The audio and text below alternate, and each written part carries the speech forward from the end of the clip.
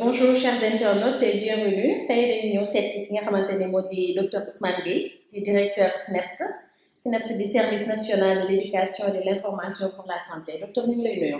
maa ngi leen di fay. docteur tey dañu la seet si woon rek ngir ñu mën a wax ci li nga xamante ne moo di allègement yi am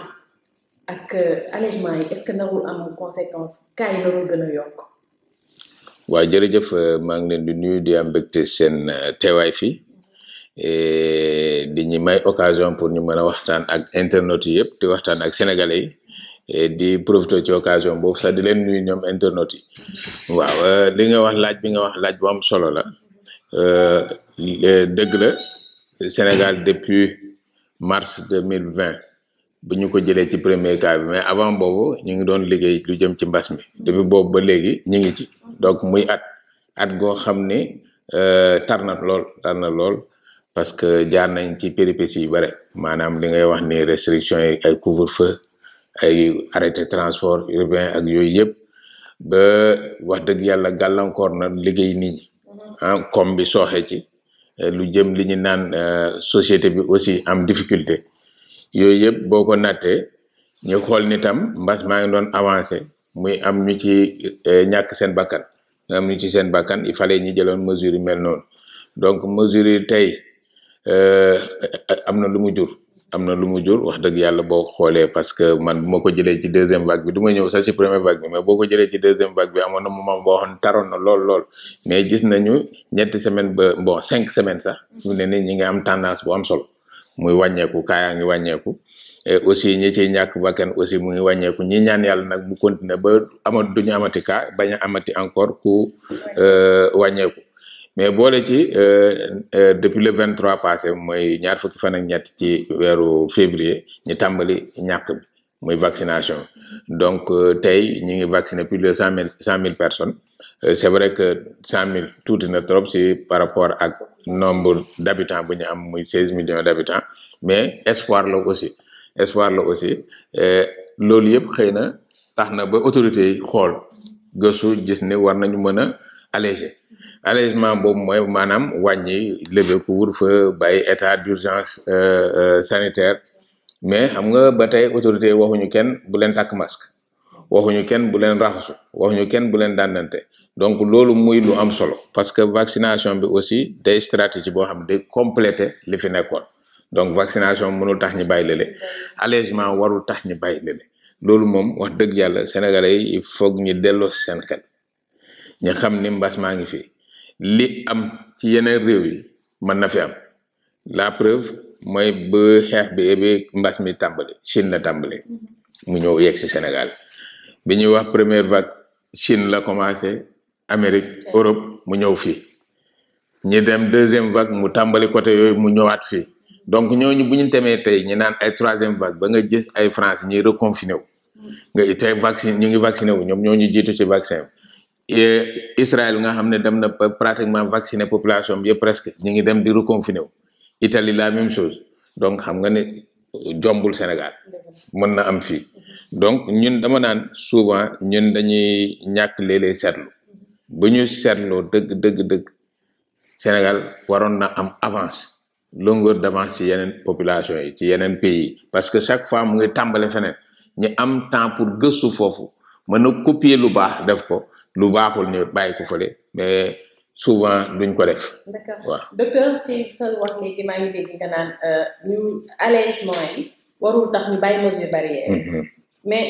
meeting gis nañ ni que ne bi ñu allégé rek meeting yi ko tàmbali na yow lan moo ci sa xalaat ci loolu. mais loolu moom en tant que médecin man mënuma ko rafetlu. c'est pas possible en tant que médecin su may wax suma akulaata la mënuma ko rafetlu et defe naa aussi benn autorité diggal leen ko. parce que je crois que parfois nit ñi dañ dul dimbali seen autorité duñu dimbali seen responsable parce que bu njiitu réew taxawee ne dinaa lever état d'urgence sanitaire mais maa ngi leen di ñaan ngeen continuer maa ngi leen di digal ngeen continuer mesure barrière yi rassemblement ci la bokk même bu fekkee tey le fës moom mooy takk masque mooy raxasu mooy daanante mais ñàkk mbooloo ci la bokk waaw parce que bu ngeen mbooloo te takku leen masque ak yooyu contamination bi day am donc par conséquent loolu moom ñun mënuñu ko rafetlu en tant que médecin en tant que sénégalais en tant que agent ministère de la santé et de l'action sociale dañu mën a oo nit ñi dal delloo seen xel waaw ñi bàyyi rassemblement moom wax dëgg yàlla ça n'arrange pas les choses. te docteur gis nga léegi comme ni nga ne kilifa gi génn na wax mais liñ ci gën a nemmeeku mooy parti au pouvoir. ñoom ñoo gën a def rassemblement ndax ñoo def meeting yi bay naan sax pari de la mobilisation ñoom ñoo koy kii donc yow ban appel nga leen di lan nga leen di ñaan. waaw man du ma dugg ci parti au pouvoir parti opposition damay wax en tant que sénégalais en tant que médecin en tant que agent aussi bu nekk ministère de la santé yor pàcc bu am solo muy sensibilisation wax ni loolu rafetul waruñu koo def waaw ne ñëpp delloo seen xel ñu xam ni mbas maa ngi fii on est en pandémie bu ñu waxee pandémie mooy feebar boo xam ne dafa wasaare ci àdduna wërgal këpp donc par conséquent lépp loo xam ne war nañu ko def pour mu dimbali ñu mbas mi jóge fi loolu lañu war a def te bokk na ci ñi éviter rassemblement loolu moom kenn mënu ko rafetlu waaw. sànq yaa ngi doon wax ni que ni gis nañ ni que ni sax léegi courbe bi mi ngi wàcc dem nañu ba léegi nombre de cas yi ñu ngi wàññeeku nombre de décès yaa ngi wàññeeku mais ak lii nga gis nii est-ce que narul yokkaat tamit. waaw mun naa am xam nga mun naa am moom lay wax noonu ma ne chaque fois war nañu éviter di ubbi boulevard pour contamination waaw war nañu ko éviter parce que tey jii bu ñu defee suñ kéemtulaay kattan réew mi yëpp ñefe parce que bu may wax du médecin kese bu may wax du ministère de la santé kese Sénégal yëpp ci jàpp ba tey jii ñuy wax ay 80 cas ku jóge 400 cas ñëw ba 80 cas ku jóge ci ay 15 décès nga ñëw ba 3 décès wax dëgg yàlla dañ la war a wax jaajëf dimbali la pour loolu mën a continuer donc par conséquent sénégalais yi ci boppam ñoo war a jàpp ñefe ba tendance bi ñu am nii ñi bañ a am l'effet contraire ñu bañ a am tendance haussière parce que li ñuy def nii dajaloo yi ñuy def mbooloo yi ñuy def nii vraiment ñëpp gis nañu je ne veux pas citer yenn événement yoo xam ne amoon na fi ba ñëpp gis ni nu mu flambé ça sera exactement la même chose si on n'y prend pas garde ça sera exactement la même chose parce que les rassemblements là li may wax mooy c'est ouvrir un grand boulevard pour la contamination waaw pour moom bu kenn nax sa bopp c'est une réalité qui est là waaw mais solution moom mooy il faut qu'on arrête les rassemblements kooku moom mënta ñàkk amul midi à 14 heures amul kii nañuy arrêter rassemblement nañu continuer tàkk suñu masque nañu continuer di raxasu nañu dandante je pense que loolu c'est fondamental ñi war a vacciner wu ñu dem ñàkk loolu c'est fondamental Sénégal ñi ngi góorgóorlu di approvisionner correctement ci vaccin ñi war a vacciner wu ñu dem vacciner wu ñi war a jël seen deuxième dose ñu jël seen deuxième dose am confiance ci vaccin yi aussi. ci vaccin yi sax laay ñëw. voilà ma jeexal te wax ci AstraZeneca. waaw gis nañ ni que ni indi na jiixi jaaxa ci xelu nit ñi. waaw heureusement que Sénégal bàyyiwul yoon bu mu nekkoon xam nga Sénégal bi nit ñi doon wax France arrêté na Italie arrêté na ak yooyu ñun dañu wax ne dañu continuer parce que wax dëgg yàlla dañu amoon confiance ci suñu scientifique yi nekk fii maanaam équipe de pharmacovigilance bu fi nekkoon te gis nañu tey jii bu ñuy wax lu jëm ci MAPI mooy manifestation yi ñëw post injection yooyu yi ci ëpp Sinopharm sax moo ëppale parce que si on a une trentaine de cas 26 yëpp pratiquement Sinopharm la li ci des moom mooy AstraZeneca mais loolu taxul duñu surveiller dañuy continuer di surveiller parce que loolu la ñuy def xam nga te alhamdulilah effet secondaire yi ñu am au Sénégal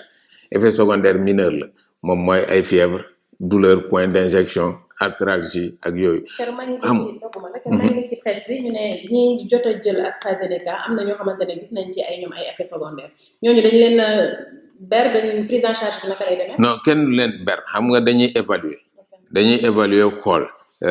yow la ngay jàmbat ndax laaj na ñu hospitaliser la wala laaju ko ndax laaj na ñu assister la ou pas ou bien dañ la war a digal yenn garab yi nga war a jël moo tax souvent da nga koy xool rek même suñu doom yi bu ñu daan dem ñàkku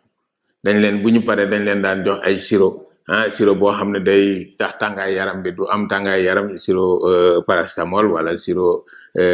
efferalgan yooyu dañ koy jox xale yi donc c'est la même chose AstraZeneca boo ko jëlee injection mën nga jël sa 1 gramme Doliprane 1000 wala efferalgan 1 gramme nga naan ko du la wàññi dara bon da lay dimbali bu fekkee dafa war a am fièvre bi du am donc yooyu la ñuy def maintenant bu fekkee am na cas effet secondaire boo xam ne c'est majeur en ce moment nit ñi dañ koy jël en charge mais quel que soit alpha effet secondaire moom fu mu am yaay une surveillance parce que am nañu équipe pharmacovigilance boo xam ne day topp lépp loo xam ne MAPI la waaw donc côté boobu daal may rassurer les Sénégalais pour wax leen ne vaccin yi nañu vacciné wu képp koo xam ne yaa ngi ci cible demal vacciné wu amul benn problème daañ la topp